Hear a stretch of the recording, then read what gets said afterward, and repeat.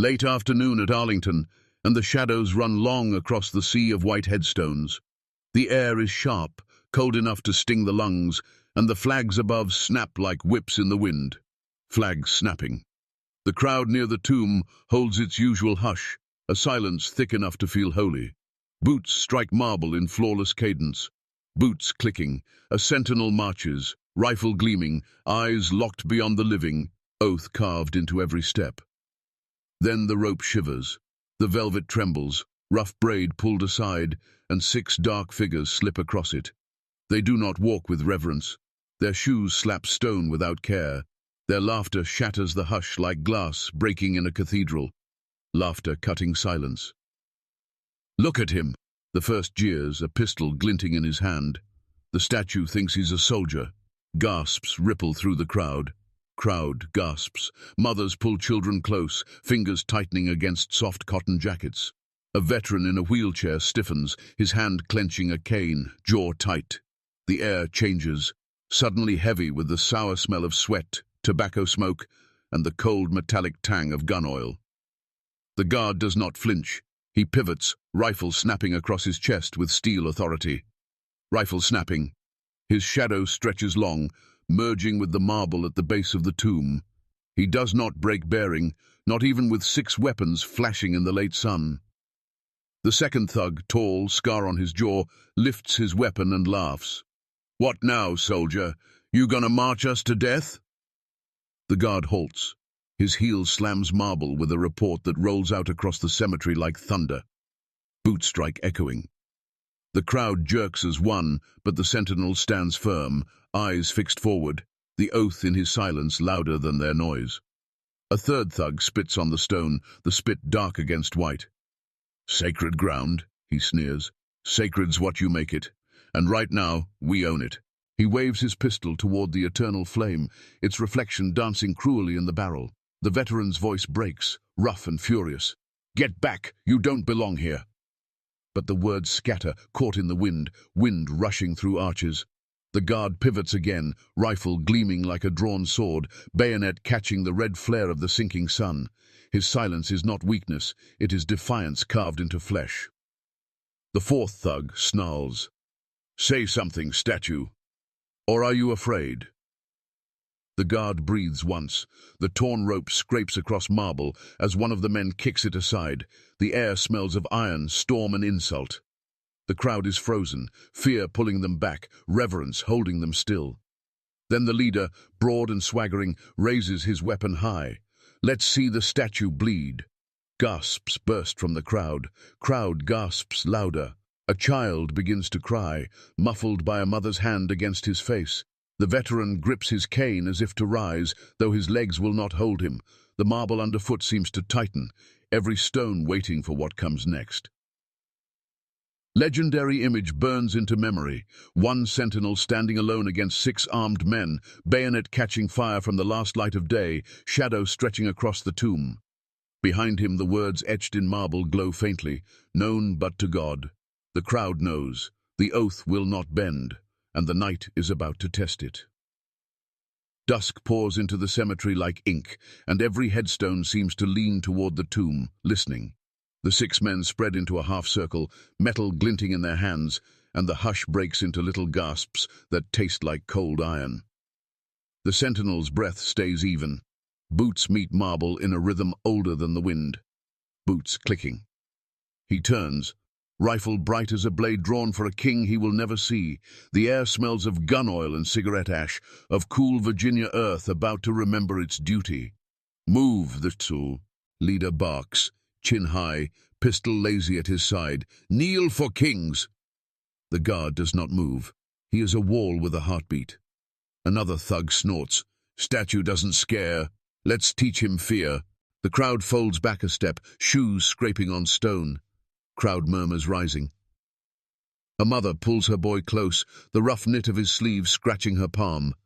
The boy's eyes shine with tears he swallows, because the soldier doesn't look afraid, and he wants to be brave the same way. A third man laughs, a small metallic sound in his throat. "They told me this place was sacred. Looks pretty easy to break."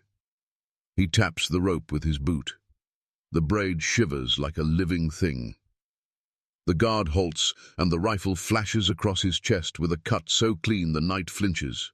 Rifle snapping. He plants his heel, he plants his oath. The last light of the day climbs his bayonet and hangs there like a thin white flame. "Talk," the scar-jawed one says. "Say, sir. Say, please. Say, don't hurt me." The sentinel's answer is the weight of silence. He looks past them, through them, into miles of marble and names that never came home. The wind moves under the arches and carries the smell of fallen leaves over the stone, wind through arches. From the fringe, a voice, gravel and smoke. "Not here." A veteran leans forward in his chair, hands tight on his rims. "Not to him." The leader grins, teeth like chips of glass. "Old-timer wants a show." "You brought one," the veteran says, "and you're not big enough to carry it." They circle tighter. The pistols swim in the failing light. One flicks his muzzle toward the eternal flame. The fire's reflection stutters on black steel. The veteran's mouth goes white. The child starts to cry and chokes it down when his mother's hand covers his mouth, her skin warm, his breath hot against her palm. "Last chance," the leader says. He lifts his weapon high enough for everyone to see. "Kneel." The tomb guard answers the way the dead would have him answer. He brings the rifle butt down. It slams the marble with a report that rips the evening wide open. Riffy, le butt thunder on stone. The boom runs over the headstones like a wave, out to the trees and back to the steps, deeper every time, until even the thug's laughter falls apart under it. Flags jump against their poles once, twice, as if the sound struck them too.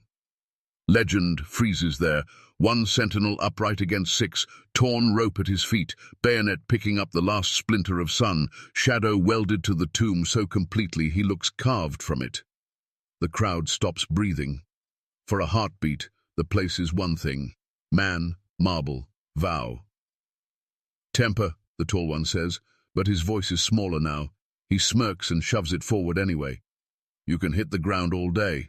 Won't save you." The guard steps. The step is not toward fear, it is toward the line only he can see. Boot strike echoing.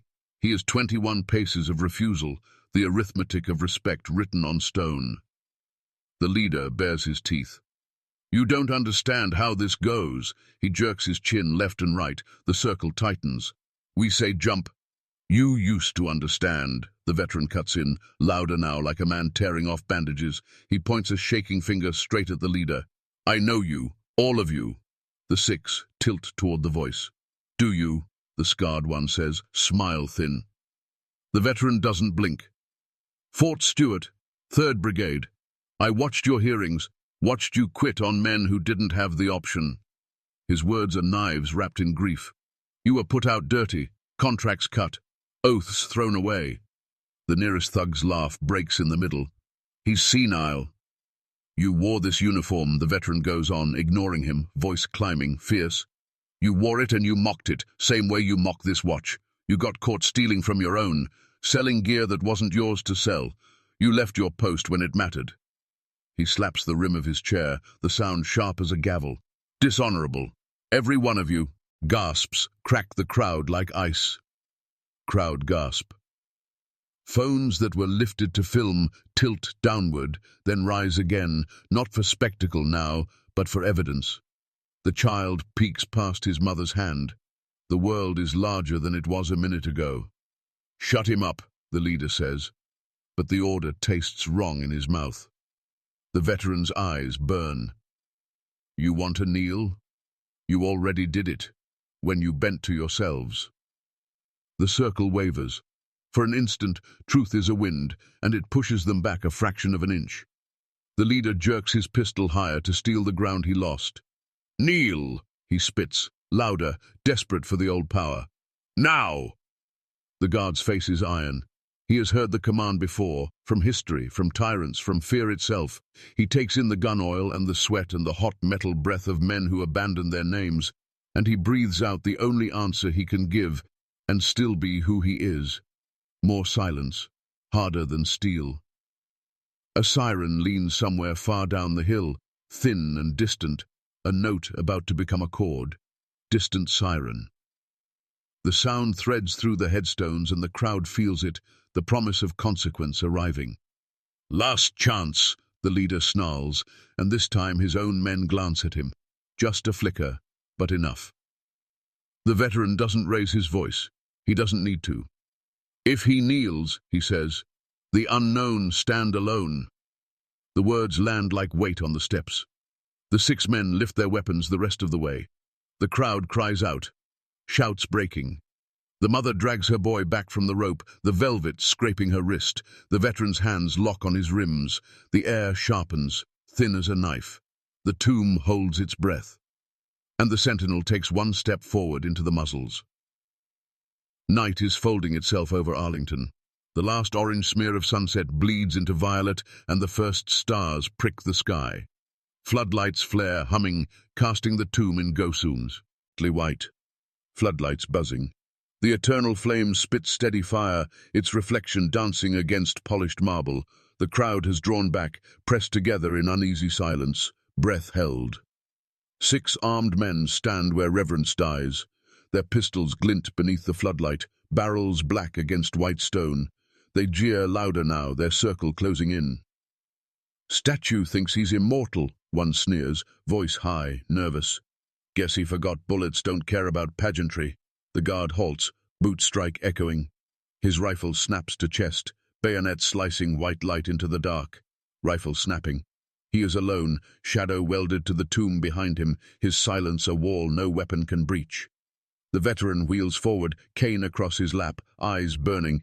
"You disgraced the uniform once," he calls, his voice trembling but loud. "Now you spit on the only men left who never will." The leader laughs, ugly and hard. "You think they care?"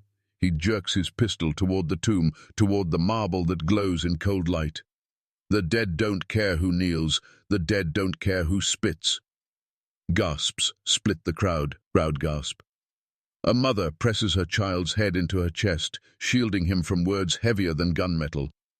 The boy trembles, cheek rough against the knit of her sweater. The air tastes of smoke and iron, cold grass underfoot damp with nightfall. The guard pivots, his stance perfect, bayonet burning like a star in the floodlight. His shadow stretches across the inscription, black letters etched into his form, "Known but to God." For a moment it looks like the stone itself has chosen a living voice. One of the thugs spits, the sound sharp in the silence. "All this for ghosts!" He lifts his pistol higher. "Ghosts don't pay you, ghosts don't save you." The veteran's cane slams the marble, cane striking stone. His voice cracks, but it is iron. "Ghosts gave you the right to breathe, and you sold it." The guard steps forward, boots slamming stone. His silence is more terrible than any shout. His eyes never meet theirs, fixed beyond, through them, into eternity. He is not guarding stone, he is guarding memory itself. The leader snarls, voice shaking now that it meets no fear. "On your knees, all 6 of us say it. You kneel or we make you." His men raise their weapons, muzzles glinting in the harsh light. Legend crystallizes in that instant. One sentinel alone against 6, his torn sleeve catching in the night wind, his rifle steady, bayonet blazing. Behind him the tomb glows, eternal, inscription alive under his shadow. The crowd stands frozen, hearts hammering, waiting for thunder. The veteran whispers into the silence, not for the thugs but for the crowd. "If he kneels, the unknown stand alone." And the 6 men tighten their grips, the muzzles level, weapons cocking faintly. The guard's chest rises once, deep, unbroken. The threat is real now. The air is so tight, it could split, and the sentinel takes another step forward, straight into the barrels. The night has teeth now. Floodlights glare white, cutting the marble sharp against black sky. The tomb glows like a beacon, eternal flame snapping in the wind, flame hissing in wind.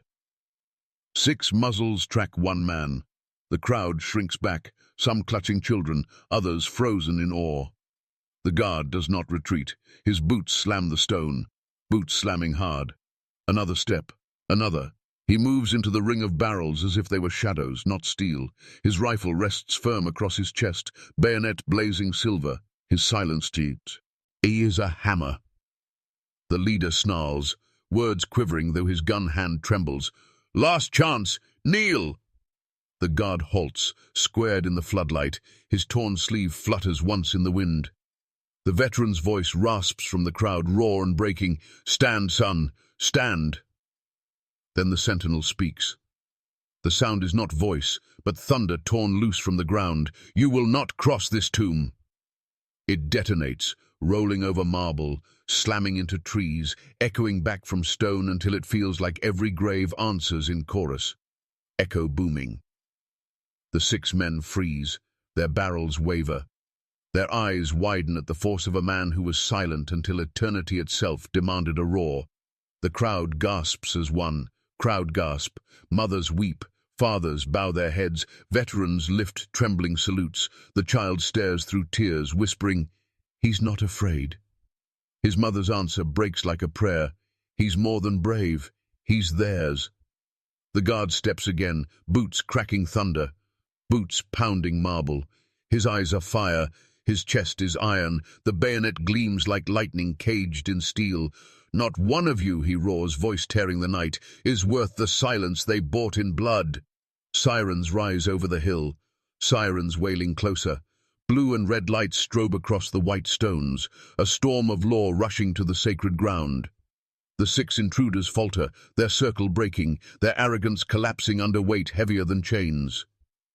Legend sears itself into memory. A single sentinel in floodlight, rifle locked across chest, shadow fused with the tomb behind him, standing tall against 6 armed men who cannot move, cannot speak, because one word from him has made them small. The crowd holds its breath. The intruders glance at one another, fear finally cracking through their sneers. The leader's voice breaks thin, desperate. "He's just a man." But the echo of the guard's roar still rolls a key. Ross Arlington, louder than any gun, heavier than any threat. And the police lights blaze brighter as the 6 men realize, this is no man to break.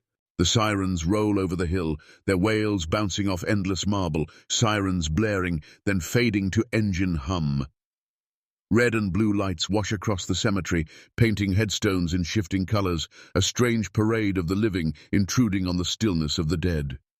Police charge the steps, their boots hammering stone, their shouts cutting through the night, but all eyes are not on them. All eyes are on the single man who never moved.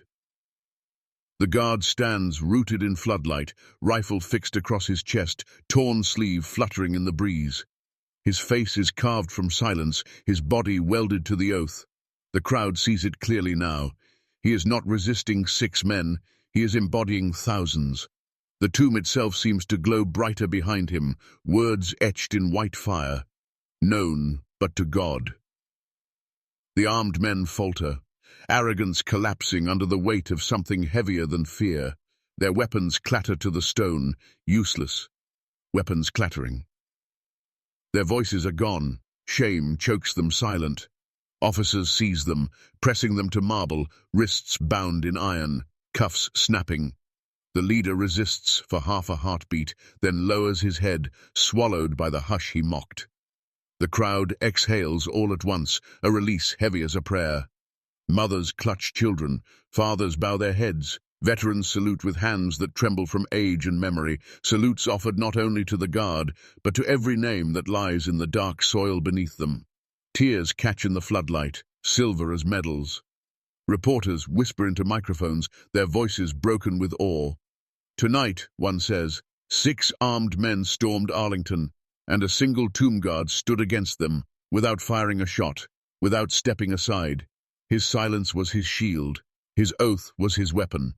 And it was enough. The veteran in the wheelchair wheels forward, cane across his lap, eyes glistening. He raises his hand, a salute, sharp despite the tremor.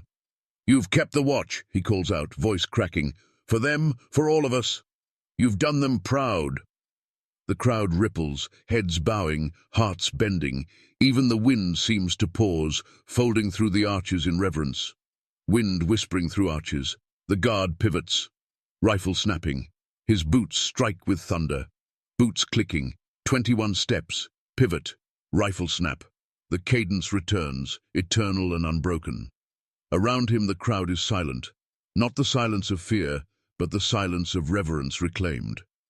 Legend's final image freezes in the night, the lone guard beneath starlight, torn sleeve visible in floodlight, rifle gleaming, shadow fused with the tomb.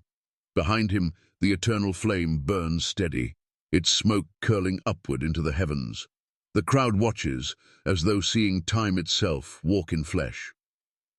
A distant bugle call drifts across the night. Bugle sounding faintly.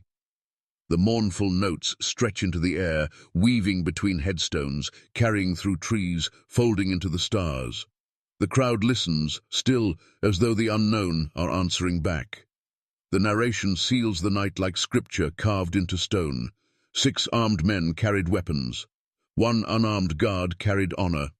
And in the end, it was honor that stood immortal, while arrogance knelt in chains. Here, where even generals have no rank, one sentinel proved the truth again. Silence can roar, and sacrifice never yields. If this story moved you, let its echo travel farther. Share it, so others remember that honor alone can silence violence. Subscribe for more untold stories of duty and sacrifice, and add your voice in the comments. Every word you leave here joins the eternal watch, keeping memory alive beside the guard's unbroken march.